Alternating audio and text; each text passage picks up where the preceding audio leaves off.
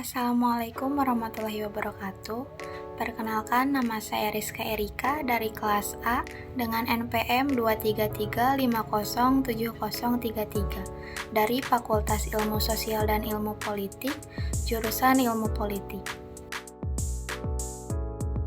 Pendekatan institusional adalah pendekatan yang fokus pada peran institusi formal seperti undang-undang, peraturan, dan kebijakan dalam mengatur, membentuk, dan memengaruhi perilaku individu atau kelompok dalam suatu masyarakat. Dalam konteks partisipasi politik perempuan, pendekatan institusional berusaha menciptakan perubahan melalui reformasi kelembagaan seperti penerapan kuota gender, peraturan pemilu, insentif untuk partai politik, dan kebijakan pendukung lainnya yang bertujuan untuk meningkatkan keterlibatan perempuan dalam politik dan pengambilan keputusan.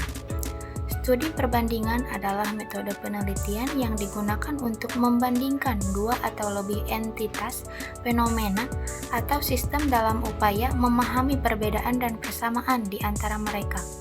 Contohnya, perbandingan partisipasi politik perempuan di negara Jepang dan Amerika Serikat. Studi pembandingan tentang partisipasi politik perempuan di Jepang dan Amerika Serikat akan memberikan gambaran yang jelas mengenai kesamaan dan perbedaan dalam keterlibatan perempuan di ranah politik di kedua negara tersebut.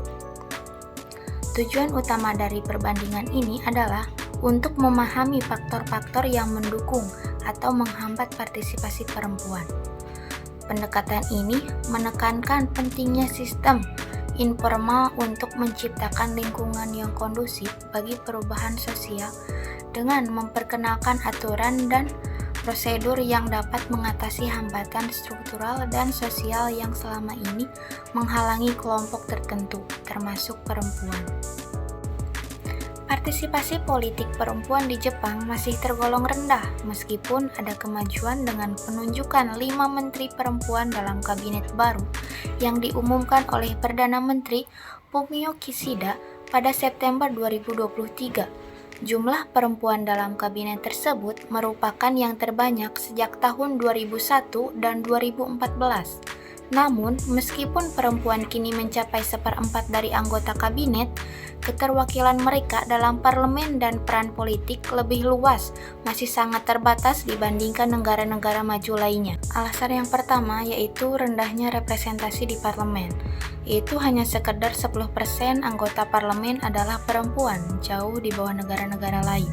Yang kedua, budaya patriarki dan dinasti politik, yaitu sistem politik Jepang memberikan lebih banyak hak istimewa kepada laki-laki, khususnya dari dinasti politik, yang membatasi kesempatan perempuan untuk maju. Yang ketiga, tidak adanya sistem kuota yang ketat. Meskipun beberapa pihak menyarankan sistem kuota untuk meningkatkan keterwakilan perempuan, banyak yang menganggapnya tidak adil. Ini menyebabkan perlambatan dalam peningkatan jumlah perempuan dalam politik. Yang keempat, tantangan sosial, yaitu kesenjangan gender di Jepang masih signifikan, terlihat dari peringkat rendah Jepang yaitu 125 dari 143 negara dalam laporan kesetaraan gender oleh Forum Ekonomi Dunia, serta peringkat yang sangat rendah dalam pemberdayaan politik perempuan. Meskipun ada komitmen dari pemerintah untuk meningkatkan jumlah perempuan di parlemen hingga 30% dalam dekade mendatang, berbagai hambatan struktural dan budaya masih menghalangi partisipasi penuh perempuan dalam politik Jepang. Partisipasi politik perempuan di Amerika Serikat menunjukkan kemajuan besar, terutama dengan terpilihnya Kamala Harris sebagai wakil presiden perempuan pertama dalam sejarah Amerika Serikat, serta perempuan keturunan Afrika dan Asia Selatan pertama yang menduduki jabatan tersebut. Kemajuan ini mencerminkan keterlibatan perempuan yang lebih luas dalam politik, baik sebagai kandidat maupun pemilih. Pemimpin perempuan lainnya seperti Kamala Harris menjadi simbol penting yang mendorong keterwakilan perempuan di pemerintahan dan lembaga politik. Amerika Serikat, partisipasi politik perempuannya memang tinggi, namun lebih dominan di eksekutif dibandingkan legislatif. Alasan utama meningkatnya partisipasi politik perempuan di Amerika Serikat adalah dukungan yang lebih luas terhadap kesetaraan gender. serta adanya figur-figur perempuan yang berpengaruh di area politik.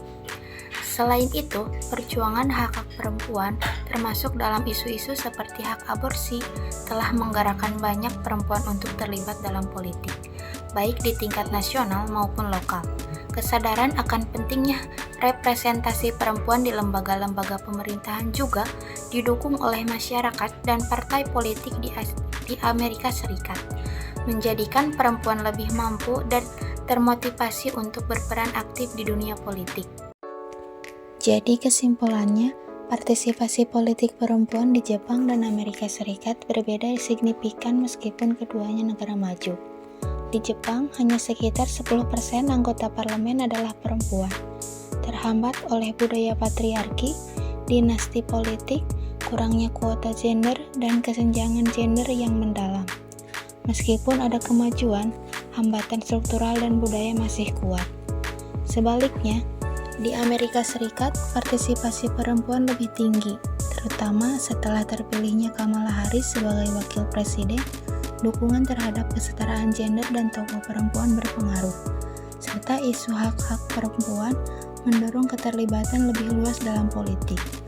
Amerika Serikat telah menunjukkan kemajuan lebih pesat dibanding Jepang karena lingkungan politik yang lebih kondusif bagi perempuan.